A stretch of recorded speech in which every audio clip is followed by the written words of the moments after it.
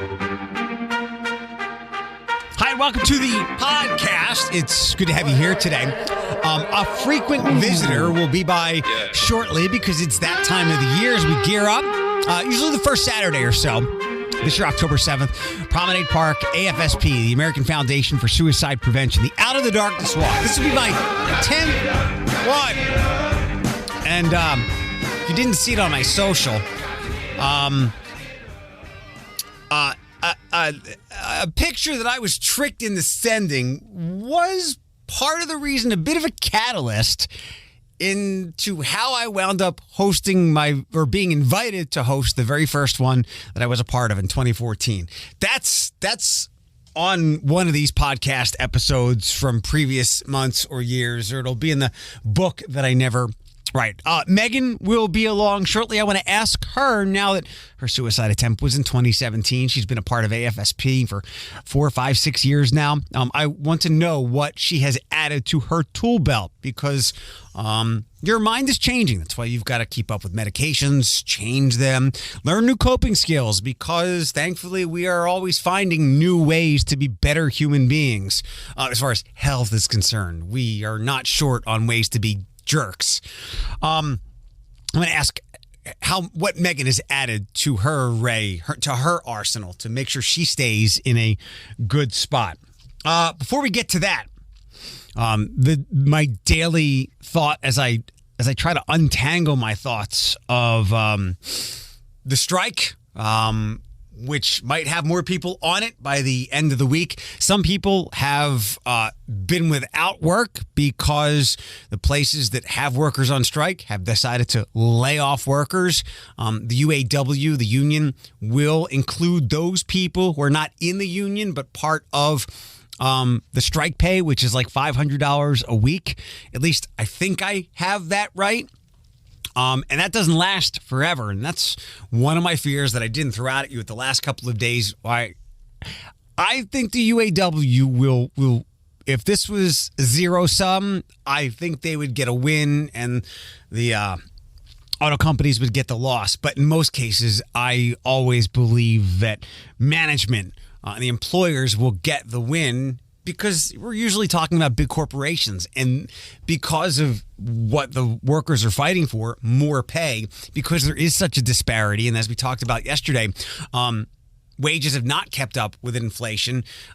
Workers on strike can't last as long as they might have decades ago because things cost a lot more. You might have been able to go on strike for 6 months 60 years ago. Now you can only afford 6 days because things are so expensive and your wages didn't keep up with that. Some would say that is that's how the system was set up. That's how the system was rigged within capitalism. I like to think that there are just bad players in all forms of government and economies. If it wasn't capitalism, it would be something else. And how people participate in that would be another something that people would complain about in that system. But I hope the workers will get a win here. And then, of course, I hope that those, that the costs and the wage increases and everything else that the workers want from the motor companies, the car companies, don't get pushed back on us. When that car was $34,000, now all of a sudden it's $38,000. There is plenty of greed in corporate America, and when is enough money enough? I get it, that the money and those zeros can be addicting, and I'm guessing that's the only reason I can imagine why you continue to want to add zeros and keep pay from people and raise prices. The zeros have to be addicting. I wrote this down as a note. I guess I'm kind of envious or jealous of so many people within their right and deserving of asking for raises, because I can't get one in what I do. My industry, as I tell you, is always shrinking and eroding. My version of a raise is getting to keep my job when cuts happen. And they thankfully, knock on wood, there hasn't been many here, but at iHeart, when I was there, it was like an annual thing, if not twice a year. I was part of them twice in December 2012. I was anticipating. And then when the morning show went away on June 7th of 2017, they were part of employee reductions. So me getting a raise is just getting to keep my job.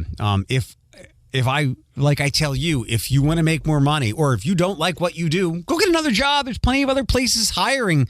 Still, you might not have as many choices as before, as a year ago, but there's plenty of places today. I read something that the unions of all kinds want more mental health benefits, as they should.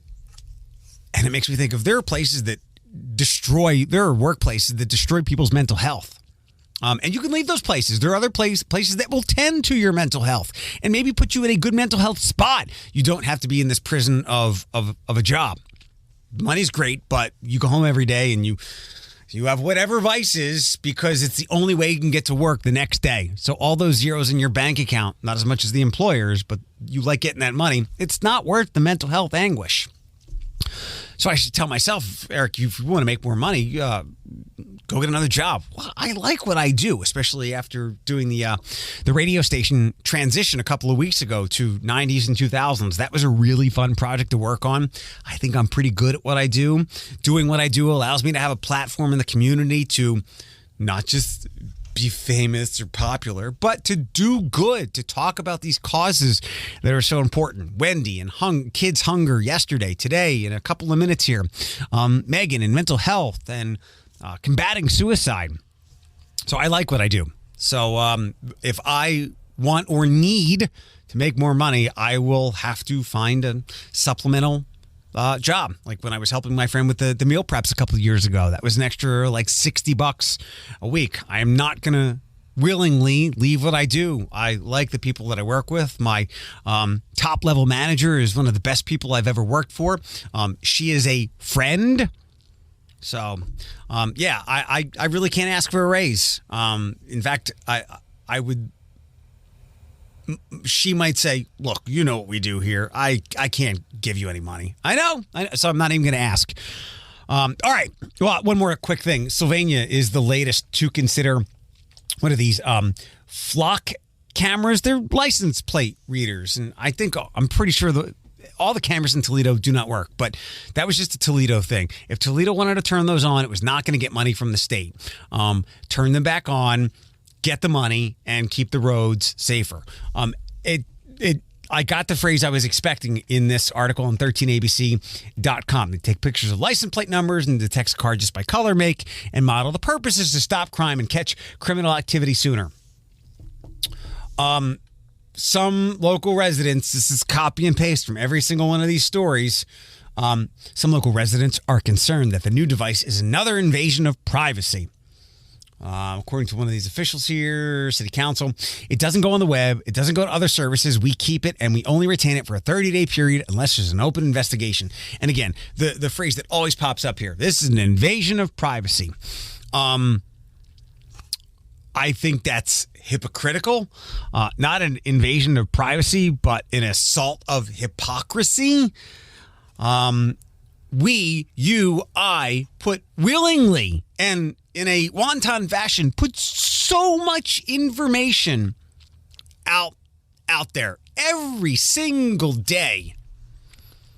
But you want to say this is an invasion? You've put far worse stuff than that out for public consumption, private consumption, all over your social media pages, and maybe not necessarily you, but you know who I'm talking about. And I've told you before, track my cookies.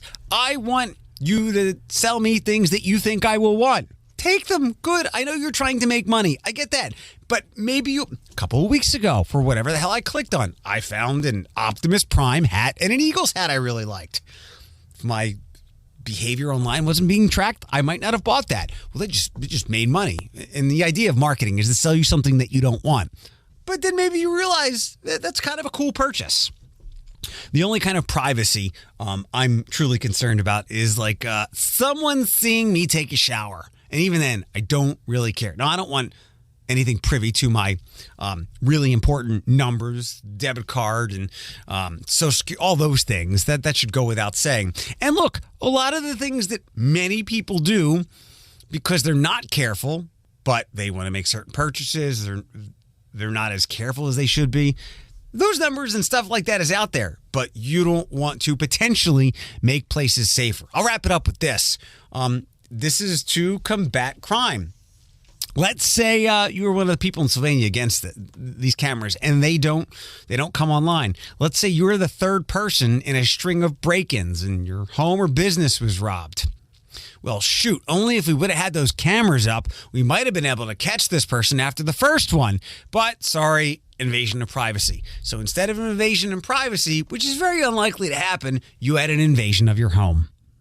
Let's dive into a good friend with a great story and great fortitude and a great resilience. And I'm happy to have her on and can't wait to see her again, hopefully you, October 7th, for the Out of the Darkness walk. Let's welcome back the one and only Megan Scott for our annual discussion about the upcoming October 7th Out of the Darkness walk with the American Foundation for Suicide Prevention. Before we go any further, I gave the date. Give me some of the quick details, and then we'll dive into the conversation. Absolutely. So the Out of the Darkness walk by the American Foundation for Suicide Prevention is taking place October 7th downtown at Promenade Park.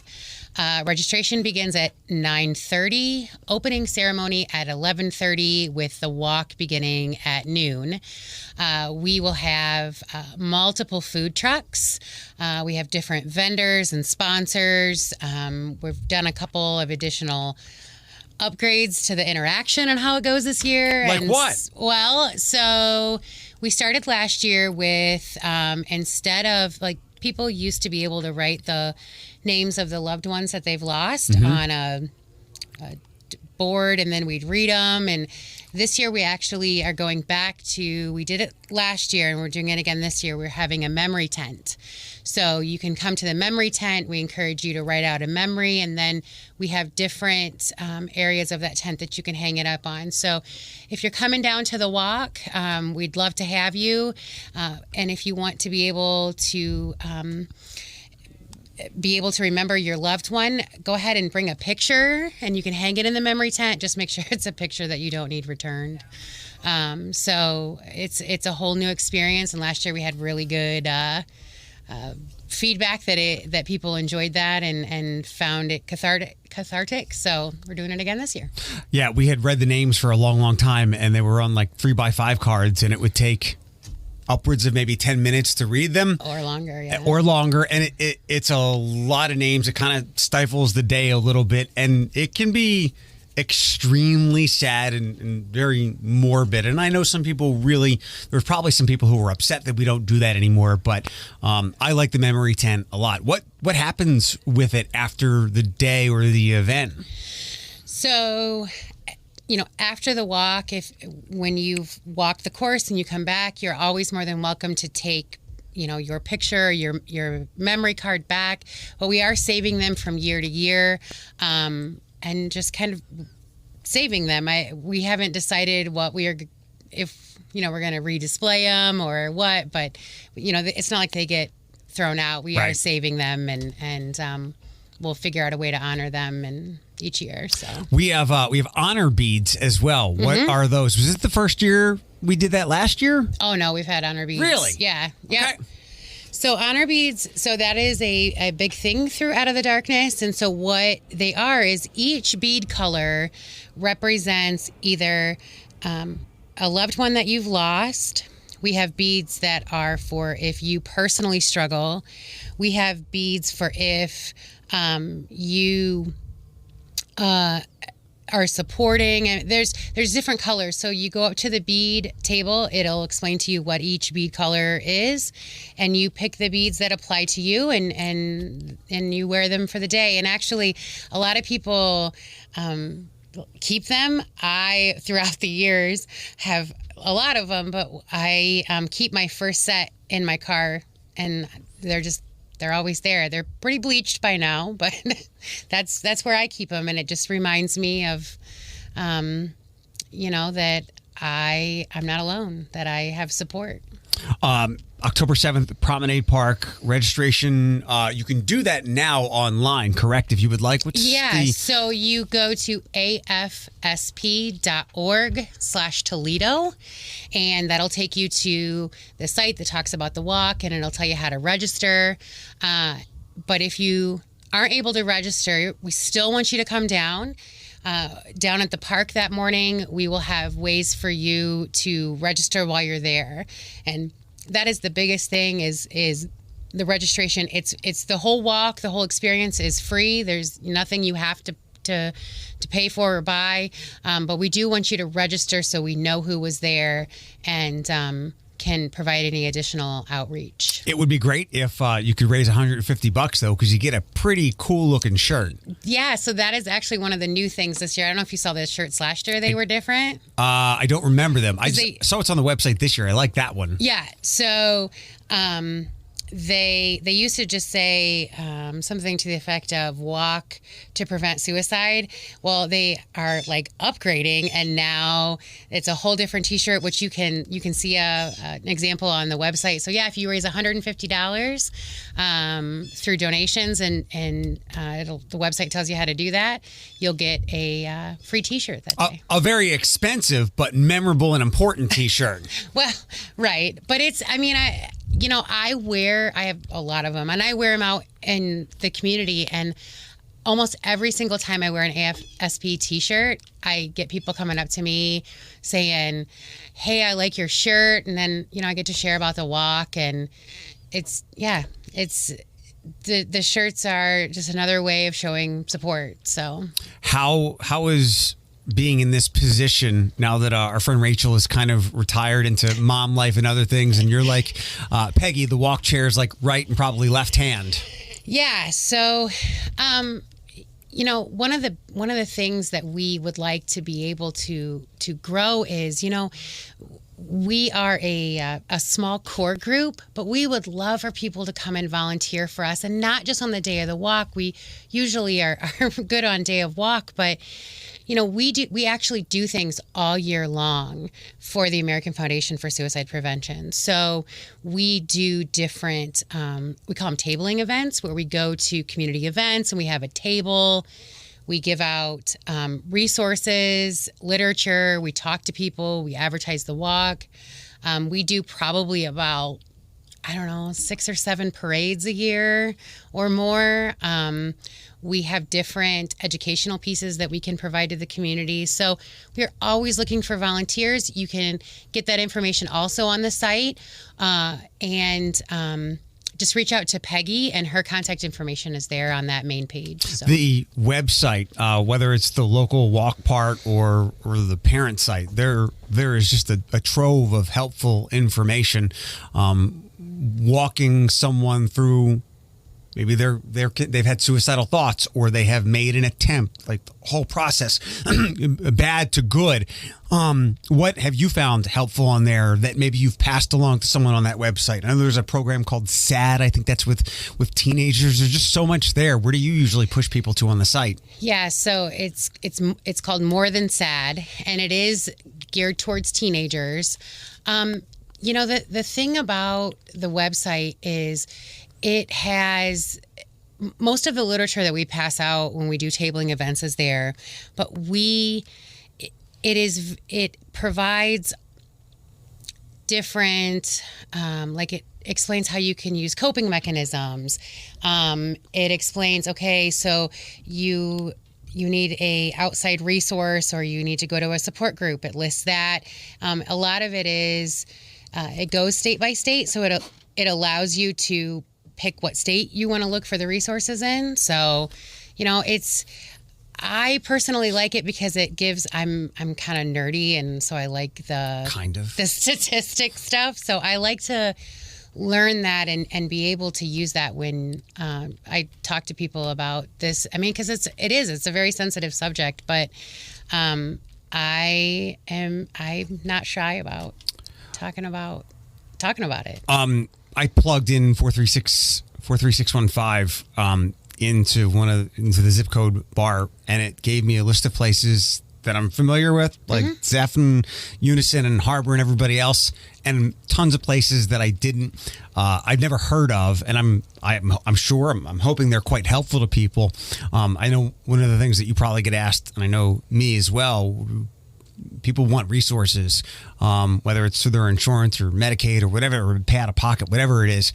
It can be hard to find the right place. It can be hard to get scheduled in. And I just kept scrolling and scrolling. And there were so many places out there. And I get it. If you're in crisis, the last thing you want to do is sort through red tape of, looking for a place to go. And there's just so much on that website that's so incredibly helpful. Yeah. And, the one thing I want to make sure that we talk about is if you're having a crisis or somebody who is, just within the last year, there's a new crisis line. You don't have to 988. 988. That's right. So, it's very simple to remember, and you just, you can call it or text it, and they can also give you local resources. There's actually a local brand, like Ohio type resource that they can give you resources if you call 988. We talked about that a year ago as it was just getting up and running July of last year. And I know that a lot of the money that's raised through AFSP went into pushing that forward. And it is incredibly vital. Like, I know we get a lot of use here for 211 for United Way. A lot of people are familiar, obviously, with 911, but 988 is also about saving lives as well. Yeah. And it's, the people that you will engage with when you call that, they are professionally trained. It's very, it's just, we're so excited that it's out there now for the mental health community, that they have a very easy number to remember. Otherwise it was, one of the 6-digit numbers you can text, and now it's down to the basic 3 that a lot of places have. So I don't know the previous hotline. It was 1-800-273 something. Yeah, I don't remember that. I remember you could text like 721-721. 741-741. Okay. And you still can. You can still use all of the old numbers and the old resources, but when you're in that moment, it's just easier to remember 988. Do you know of anybody who has used that in the last year since it's been up and running? I don't. I know, we have really pushed that, and I have been in contact with the Toledo police chief that does all of the schools. And so we've provided their officers with little cards that say the 988, so they can give them out to students in the schools. And, I think that's great that she wants to work with us and go from there. When you're out doing events and whatnot, and people are coming to you looking for help, how have the questions changed since you first started doing this, and now that we've been through a whole pandemic with this? How have the questions changed? How has the interaction changed? What's different in your perspective and opinion now that you're deeper into this? I don't know if the questions have changed, but it's more that people are open about it, and you'll get more people interacting with you. Is it still a taboo subject? Yes, but you get more people interacting, and I can't tell you how many people have come up to me and said, I've lost a loved one, or this is something that I struggle with. I can think of an example. Just this year, we were down at Pride, and a nice young woman came up to us and just, started talking about her struggles and how she's, struggled on and off with mental health. And, we were able to provide her with some resources. So, people are more open to discussing it. And I think that's what's important. Yeah. Sadly, it took a pandemic and the way life has changed from 2020 on to get people to be more invested in it. And you're right. I read things from friends online, or I'll go places and I'll still hear the same nonsense of white men my age. Yeah. They refuse to talk about their mental health, no matter the distress you can see that this person is in, and people in communities of color. But we're making some headway, but it just took a big price. There's a big cost of the pandemic to get people to finally open up their eyes and go, I got to take care of what's going on inside my skull like I do the rest of my body. What's something, since you have been tending to your mental health now since your suicide attempt, what year was that? 2017. If you look up Eric Chase and Megan Scott and suicide, you can find plenty of recordings of Megan and I. We could rerun that back, but what have you learned since then? What have you added to your tool belt to make sure you don't go down that path again, no matter how dark the room can be some days? Well, it's interesting that you asked me that question because I was literally just kind of sitting here thinking back through the years. And I remember one of the first times I met you, we were having coffee and I was sharing with you that, one of the things that I struggled with was being consistent with my medication. It was at Starbucks on airport. I remember that. Yeah. So I always struggled with being consistent with my medication. Does anybody want to take pills every day? No, not really. But, when you look at it as, if you take a pill every day for your blood pressure because it normalizes your blood pressure, the medication that you take for mental health regulates the chemical imbalance in your brain. And instead of your heart exploding, your brain would I don't grasp why you wouldn't want to take a pill, regardless of what it's for, to stay alive.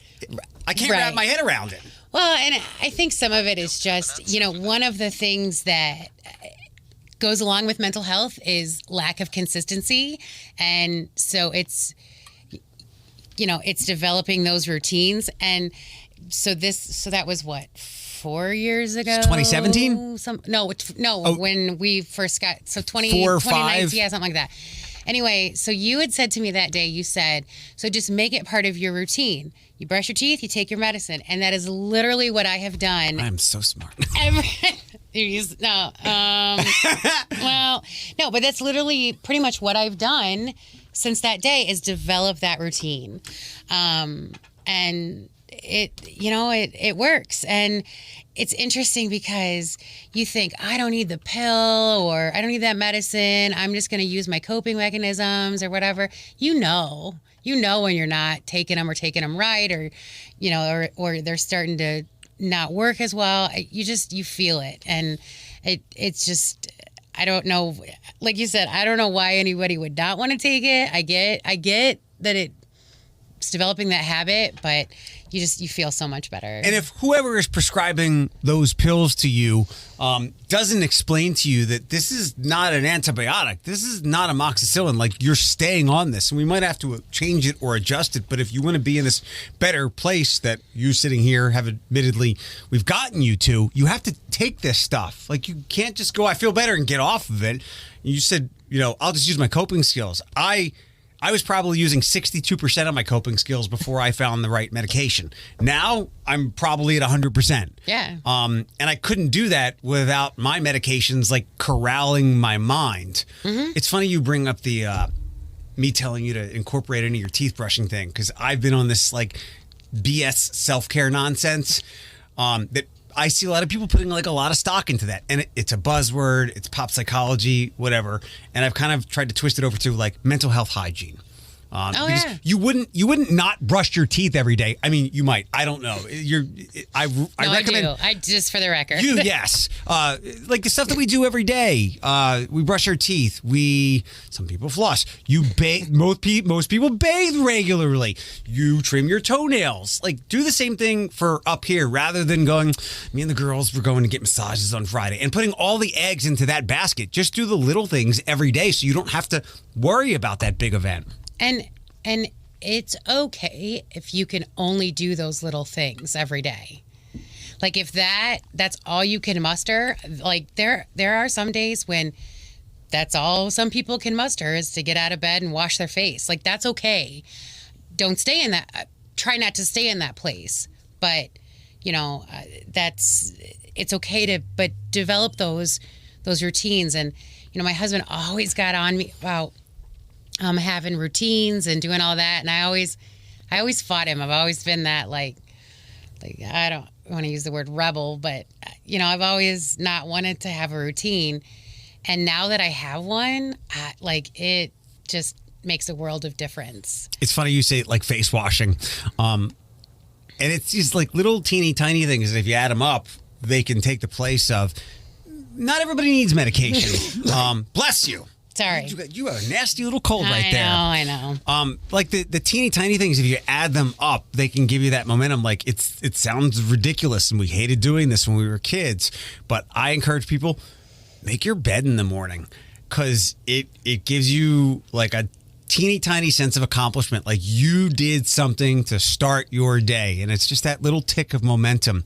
And you can see how momentum works in all of our lives. And sometimes it just needs that little flick. And face washing, whatever you can do, like first thing in the morning to start off on the right side of the bed, right? To give yourself a little kick to get through the day, especially when that sludge that comes over all of us at different times, and it can linger, as we know, for weeks and weeks. And why we have a walk, because that sludge that can put people in a very dark and sometimes deadly place. And start small. Start with, like we're saying, the face washing, or, you get up every day and you drink 8 ounces of water first thing. Those habits will grow. And part of the reason why I am where I am today, well, there's many reasons, but I get up at 3:15 every day and go to the gym for over an hour, and it feels amazing. I don't do it I do it for health, but I don't necessarily do it to lose weight or anything like that. I do it because, I just feel amazing when I get home in the morning and I start my day, and it has made a world of difference. Don't start there. Don't start with, I'm going to get up at 3:15 every day and go to the gym. It's too hard. Because you might make it, but I doubt it. I don't know. Maybe you will. But I have worked up to that. And now that is part of my routine. And I do it. And if I don't do it, my husband's like, why didn't you get up this morning and go to the gym?